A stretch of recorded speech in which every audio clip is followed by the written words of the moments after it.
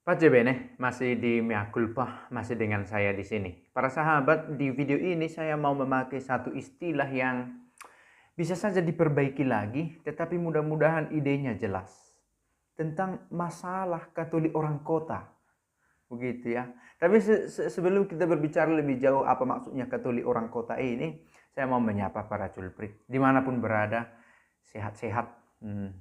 Tapi kalau harus melalui rasa sakit, sebagaimana sering saya katakan, kadang kita tidak menginginkan sakit, penderitaan, sakit fisik, sakit hati. Tetaplah kuat. Kadang iman dicobai, tetapi justru dalam pencobaan iman kita semakin kuat. Tetaplah menaruh harapan kepada Tuhan dan berdoa. Saling mendoakan kita. Oke, kita mau bicara tentang masalah Katolik, orang-orang kota Katolik, orang kota yang Katolik. Oke, saya mau katakan ini. Orang kota di sini bukan persoalan geografis dan demografis ya. Meskipun berpengaruh, oke. Meskipun berpengaruh tetapi tidak dengan sendirinya saya sebut orang kota itu menyangkut persoalan geografis, kota mana, kota Medan, kota Jakarta, kota-kota besar lainnya. Tidak juga dengan sendirinya secara demografis karena banyak penduduk di sana. Tetapi orang kota yang saya maksud di sini orang Katolik yang berkebudayaan urban atau boleh dikatakan yang terbuka perhatiannya pada hal-hal yang general, yang universal, melihat hal-hal yang lebih luas, terkoneksi dengan orang-orang yang banyak, melek teknologi dan berkebudayaan populer semacam sekarang ini.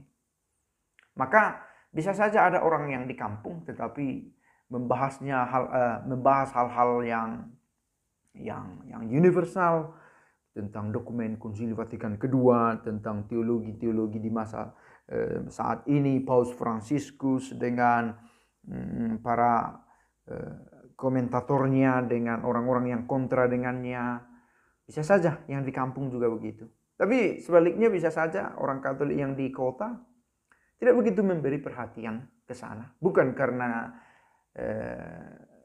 gagap teknologi, meskipun ada juga, karena tidak mengikuti perkembangan informasi lewat media, tetapi tidak memberi perhatian. Bisa saja yang penting menjadi Katolik, saya mencintai, saya hidup sebagai seorang Kristen, mengikuti Kristus, membuat tanda salib, saya Katolik dan saya datang ke gereja tiap minggu.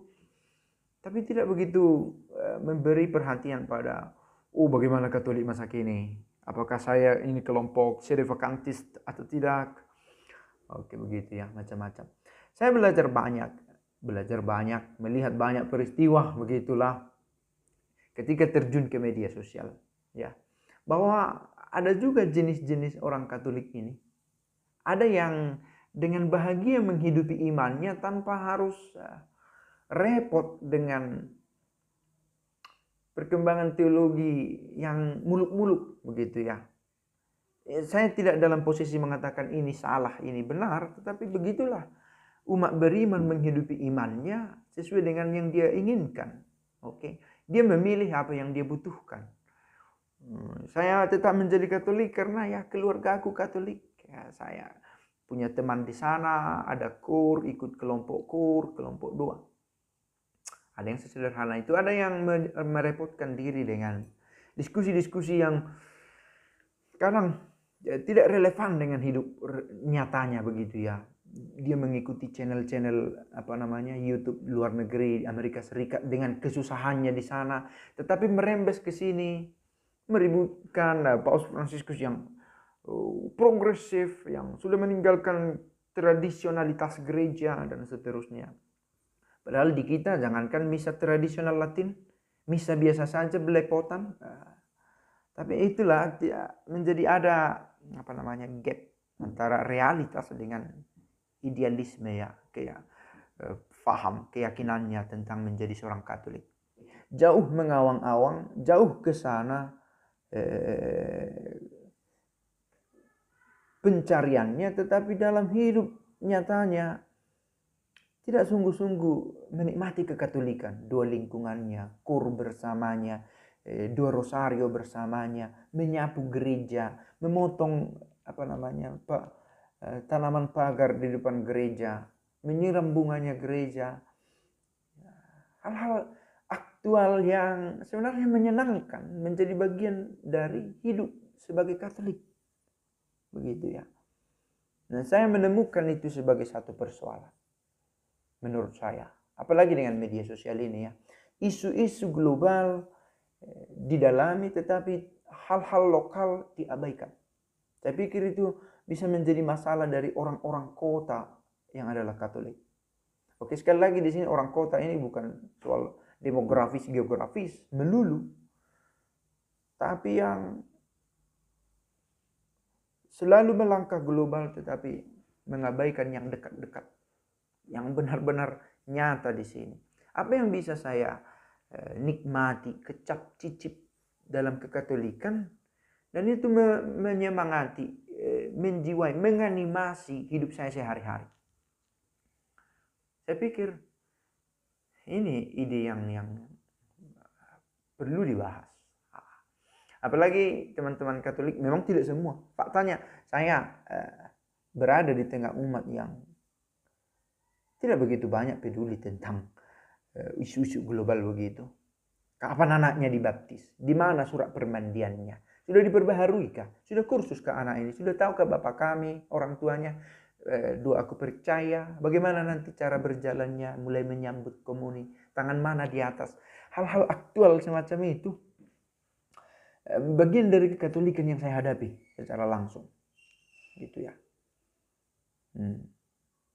Dan banyak orang yang sebenarnya hal-hal sederhana begitu tidak begitu dipahami, tapi ingin jauh-jauh dulu tentang kekatolikan, tentang pakaian-pakaian, tentang ritus-ritus. Yang saya pikir bukan salah.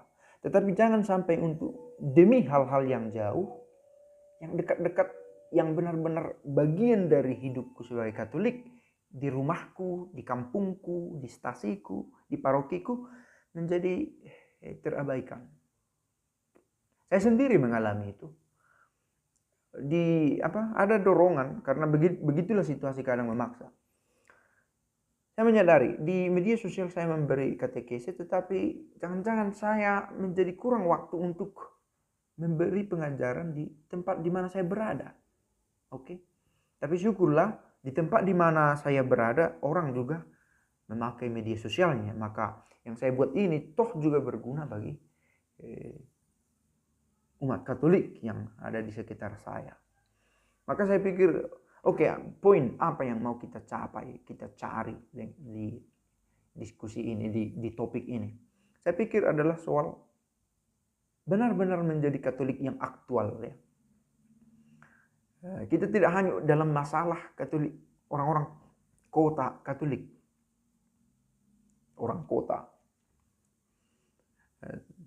yang mencurahkan perhatiannya pada hal-hal global yang up to date, terkini, tapi abai pada yang benar-benar tradisional, mencintai dengan sungguh gereja dan perangkatnya, dan terlibat di gereja juga. Mana tahu video ini berguna. Pace bene.